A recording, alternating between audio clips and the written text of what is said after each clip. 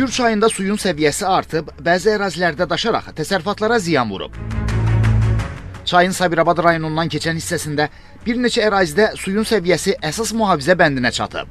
Daşan suyun ətraf sahələrə yayılma riski artıb. Çayda olan su nasosları fəaliyyətini dayandırıb. Sakinlər deyirlər ki, suyun səviyyəsində hər gün artım müşahidə edilir. Buruntu suları həyətyanı sahələrə dolmağa başlayıb.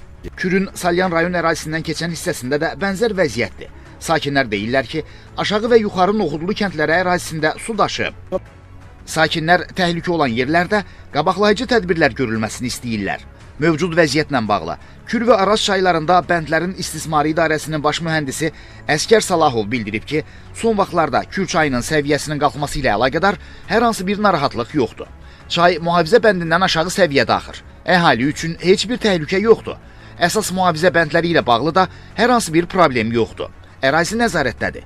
İdarədən o da qeyd edilib ki, Kürdə suyun artması ilə əlaqədar olaraq bütün texnikalar mühafizə bəndlərinin üzərində yerləşdirilib. Hər hansı bir qəza baş verərsə, müdaxilə etmək üçün hazır vəziyyətdə saxlanırlar.